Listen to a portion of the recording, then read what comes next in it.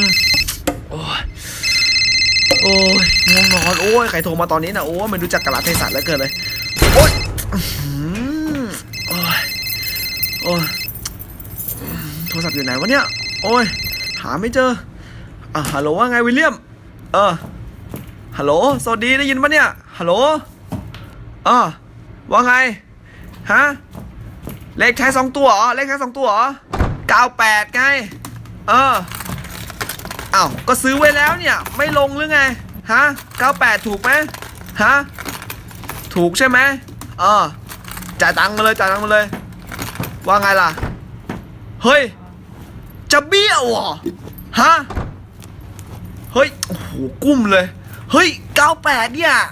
นี่ลงเองเลยนะสวัสดีค่ะอันนี้คือทรูเปอร์ใช่ไหมโอ้ยไม่ไหวว่ะงั้นไหมหนูจะดูเหรอโอเคได้หุ่นตัวเนี้ยพี่สร้างเองรอแป๊บหนึ่งโอ้ยต้องมาให้เด็กกระโปรงดูหุ่นโง่ดูมึงดูหุ่นตัวเนี้ยสร้างมาตั้งแต่ศตวรรษที่98มันสู้กับใครเป็นไงล่ะมึงตกใจแล้วสิฮะแป๊บหนึ่งเปิดเครื่องก่อนเป็นไงล่ะแม่งลุกละสูงกว่ากูอีกเดินแป๊บหนึ่งเท่ละสิรอแป๊บหนึ่งนะมันใช้การได้จริงๆเหรอ